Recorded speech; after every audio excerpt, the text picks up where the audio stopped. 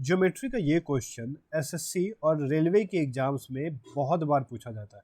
तो चलिए सीखते हैं कि इस टाइप के क्वेश्चंस को देखते ही कैसे सॉल्व किया जाए।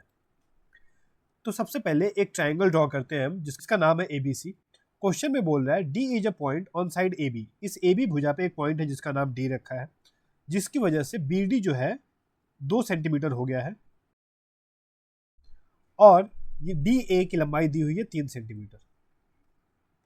फिर क्या बोल रहा है E is a point on BC. BC भुजा पे एक पॉइंट है ई और इस डी और ई को मिलाएं तो ये डी ई भुजा पैरेलल हो गई है भुजा एसी के।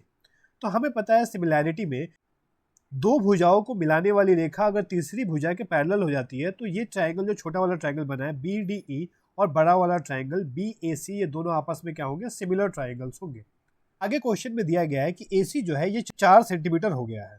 आगे हमसे क्वेश्चन में area of triangle B D यानी ये छोटे वाले ट्रायंगल का एरिया और साथ ही साथ एरिया ऑफ ट्रापीजियम ACED यानी इस ट्रापीजियम के एरिया, इन दोनों के एरिया का अनुपात पूछा है। तो चलिए देखते हैं इसको कैसे सॉल्व किया जाए। तो हमने अभी देखा कि किस तरीके से ये ट्रायंगल BDE सिमिलर हो जाएगा ट्रायंगल BAC के। तो सिमिलैरिटी के नियम से हमें ये पता है कि जब दो ट्रायंगल सिमिलर हो जाते हैं तो उनकी सारे एंगल्स बराबर हो जाते हैं और उनकी भुजा का अनुपात इक्वल हो जाता है। और साथ ही साथ हमने ये भी सीखा है कि किस तरीके से उनके एरिया का अनुपात उनकी भुजा के अनुपात के स्क्वायर के बराबर होता है। तो अगर हम ट्रायंगल BDE में भुजा BD को देखें तो BD अनुपात BA ये कितना निकलेगा, ये निकलेगा हमारा 2। BD हमारा 2 है और DA 3 सेंटीमीटर है, तो उस केस में BA कितना हो जाएगा, ये 3 और 2 5 सेंटीमीटर हो गया।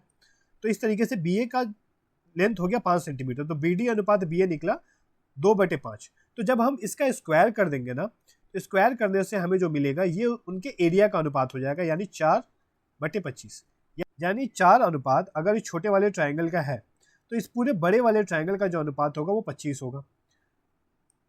तो हमसे पूछा क्या है, छोटे वाले ट्रायंगल का एरिया और इस ट्रापीजियम के एरिया का अनुपात पूछा है। अगर पूरा बड़ा वाला ट्रायंगल का एरिया 25 है और इस छोटे वाले का 4 है तो इस ट्रापीजियम का 21 हो जाएगा। तो अगर हम छोटे वाले ट्रायंगल BDE और ट्रापीजियम ACED का अनुपात निकालें तो ये क्या आएगा, 4/21।